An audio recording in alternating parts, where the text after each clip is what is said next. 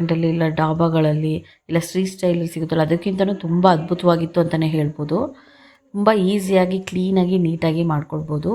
ಎಲ್ಲರಿಗೂ ನಮಸ್ಕಾರ, ದೇವಿಕಾ ಅಡುಗೆಗೆ ಸ್ವಾಗತ. ನಾನಕ್ಕೆ ಮೊಟ್ಟೆನ ಒಡೆದು ಹಾಕ್ತಿದ್ದೀನಿ. ನಿಮ್ಗೆ ಎಷ್ಟು ಬೇಕೋ ಅಷ್ಟು ಮೊಟ್ಟೆಗಳು ಹಾಕೊಳ್ಳಿ. ನೀವು ಎಷ್ಟು ಜನಕ್ಕೆ ಮಾಡ್ತೀರಾ. ನಾನು ಇಲ್ಲಿ 4 ಮೆಂಬರ್ಸ್ಗೆ ಆಗೋಷ್ಟು ಎಗ್ ಫ್ರೈಡ್ ರೈಸ್ನ ಮಾಡ್ತಾಯಿದ್ದೀನಿ. ಅದಕ್ಕೆ ನಾನು 6 ಮೊಟ್ಟೆ ಹಾಕ್ಕೊಂಡಿದ್ದೀನಿ. ನೀವು ಕಡಿಮೆ ಬೇಕು ಜಾಸ್ತಿ ಬೇಕಾದರೂ ನೀವು ಮಾಡ್ಕೊಳ್ಬೋದು. ಇದಕ್ಕೆ ನಾನು ಸ್ವಲ್ಪ ಪೆಪ್ಪರ್ ಪೌಡರ್ ಸ್ಪೂನ್ ಎಣ್ಣೆ ಹಾಕ್ಕೊಂಡಿದ್ದೀನಿ. ಅದರ ಜೊತೆಗೆ 2 ಹೆಚ್ಚಿನಂಥ ಮೆಣಸಿನಕಾಯನ್ನು ಹಾಕ್ಕೊಂಡು ಚೆನ್ನಾಗಿ ಫ್ರೈ ಮಾಡ್ಕೊಳ್ಬೇಕು. ಖಾರ ನೋಡಿ ಹಾಕ್ಕೊಳ್ಳಿ. ನೆನ ಬರೋವರೆಗೆ ತುಂಬ ಕೆಂಪಾಗೋ ಅವಶ್ಯಕತೆ ಏನಿಲ್ಲ, ಮೀಡಿಯಮ್ ಕೆಂಪಾದರೆ ಸಾಕು. ಚೆನ್ನಾಗಿ ಒಂದು ಸಲ ಕ್ರಂಚಿಯಾಗಿ ಮೀಡಿಯಮ್ ಫ್ಲೇಮಲ್ಲೇ ಫ್ರೈ ಮಾಡ್ಕೊಳ್ಳಿ. ತುಂಬ ಹೈ ಫ್ಲೇಮಲ್ಲೇ ಏನು ಮಾಡ್ಕೊಳ್ಬೇಡಿ. ಈಗ ಒಂದು ಸಲ ಚೆನ್ನಾಗಿ ಬರುತ್ತೆ. ಇದಾದ ನಂತರ ಇದನ್ನು ಅಷ್ಟೇ ಮಸಾಲೆಯಲ್ಲೆಲ್ಲ ಚೆನ್ನಾಗಿ ರೈಸ್ನ ಒಂದು ಸಲ ಚೆನ್ನಾಗಿ ಮಿಕ್ಸ್ ಮಾಡಿ ನಾನಿಲ್ಲಿ ಇದಕ್ಕೆ 1 ಸ್ಪೂನಷ್ಟು ಎಗ್ ಮಸಾಲಾನ ಹಾಕ್ಕೊಳ್ತಾ ಇದ್ದೀನಿ. ಇವಾಗ ನೀವು ಅದನ್ನು ಹಾಕ್ಕೊಳ್ತೀನಿ, ಆಪ್ಷನಲ್, ನೀವು ಬೇಕಾದರೆ ಹಾಕ್ಕೊಳ್ಳಿ.